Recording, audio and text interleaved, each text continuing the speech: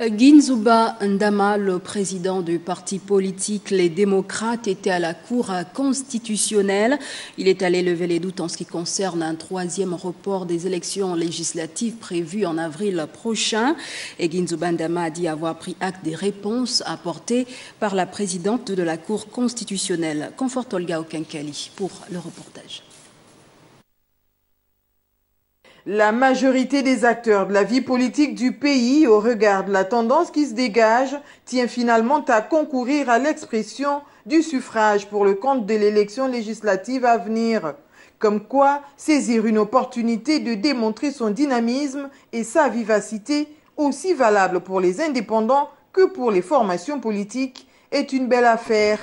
Mais subsistent encore quelques inquiétudes. L'élection d'avril 2018 se tiendra-t-elle ou pas? Est venu s'enquérir le président de Les Démocrates auprès de la Cour. Nous leur avons fait part des préoccupations qui étaient la nôtre, notamment d'éviter que ce qui constitue l'exception, c'est-à-dire la prolongation du mandat des députés, puisse devenir la règle normale, que nous n'étions pas prêts à accepter un nouveau report des élections. Mes collègues et moi, nous avons pris acte des réponses que Madame le Président a bien voulu mettre à notre disposition.